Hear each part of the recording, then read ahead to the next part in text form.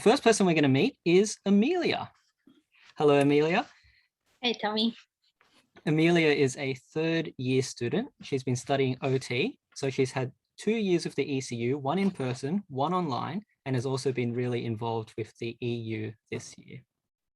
Amelia, you've told me that you were serving in ministries even before uni. What was leading like back in high school? Yeah, so in high school, I helped run the girls' Christian lunchtime group at school with about 6 other friends. It was student run and we basically had no training except that we'd all grown up in church. It was basically learn from your mistakes the whole way through. Yes, very difficult. When you came to ECU, there was an abundance of training. What did you appreciate about the training done at ECU, and how have you seen your training continue in the EU ministry? Yeah, so at Cumbo, I really appreciated the training. It was well thought out from the Bible, and there were so many opportunities to put the training in practice as well. So yeah, going from learning like about theology and common hour to more practical like evangelism and growth group training in strand groups, and then actually being encouraged to do those things like walk up and student leading was really helpful. And then this year with EU, similar to the strand groups at PTS, I've been doing an equip course at EU called Crossing Cultures, which is really helpful in thinking about how to share the gospel with international students. And I actually have a OT friend from Hong Kong that I've been trying to evangelize.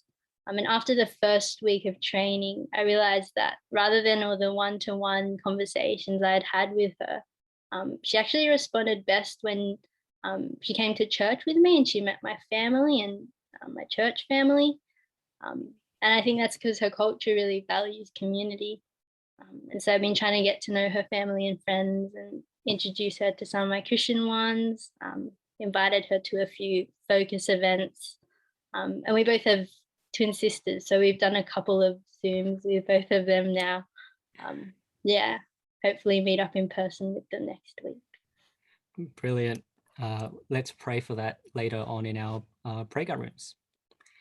This year, you've also been leading a small group in the EU. We've also got a mission week this week, similar to what we used to do with Heightened Mission. What are some ways that you've been passing on your training to your small group?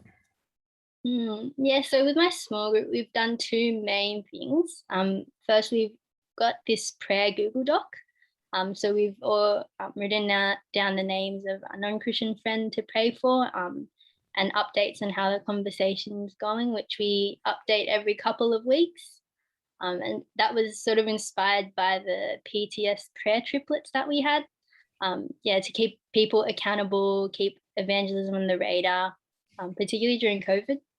And I've actually really seen a growth in their prayers from it. So yeah, they're a lot more specific, which shows that they've actually been thinking about and talking to their friends. And it's gone from, I'll pray that I'll keep chatting to this friend, to pray that this person would see that all religions are not the same and that Christianity isn't works-based, which has been really cool.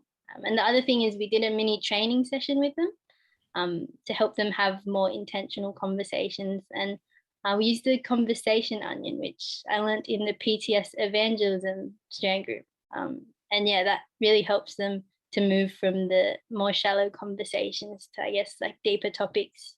And we were able to brainstorm a bunch of conversation starters off that. So yeah. Thanks so much, Amelia. That's so great to hear.